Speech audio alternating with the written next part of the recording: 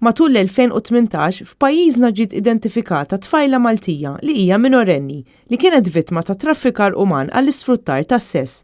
Dan tħabbar f'rapport annwali maħruġ mid-Dipartiment tal-Istat Amerikan li għamel evalwazzjoni ta' traffikar tal-bnedmin madwar id-dinja fejn wera l-ewwel każ ta' dan it-tip fil-Gżejjer Maltin.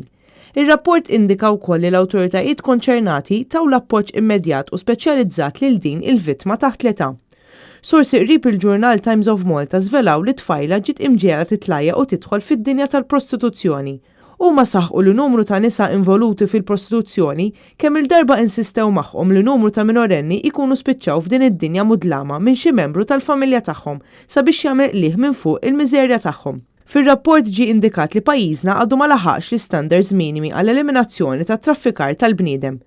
B'reazzjoni għar-rapport ġew elenkati 3 investigazzjonijiet imwettqa mill-Pulizija Maltija matul is-sena li għaddiet kontra traffikar uman.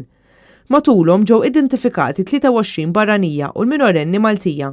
F'dak li għandu x'jaqsam ma' traffikar tal-bniedem rigward ix-xogħol sfurzat instabu 22 barrani fejn fosthom kien hemm 16 ir-raġel u 6 nisa. Dan filwaqt li fit-traffikar uman għall-isfruttar tas-sess kien hemm tfajla mill-Moldova u l-vittma Maltija. Fir-rapport intqal ukoll li f'6 snin u nofs f'Malta traffikant wieħed biss instab ħati fil-qrati u ingħata sempliċement sentenza sospiża tal-priġunerija. Għaldaqstant ġie rakkomandati l-awtoritajiet Maltin għandhom jinvestigaw u jieħdu passi konkreti kontra min iwettaq reati ta' traffikar b'sentenzi definittivi ta' priġunerija. Ingħad ukoll li għandhom jittieħdu inizjattivi ċari sabiex jiġu identifikati il-vittmi ta' traffikar fost il-barranin vulnerabbli u li jissaħħaħ il-kontroll fuq il-ħwienet tal-massaġġi madwar il-Gżejjer Maltin.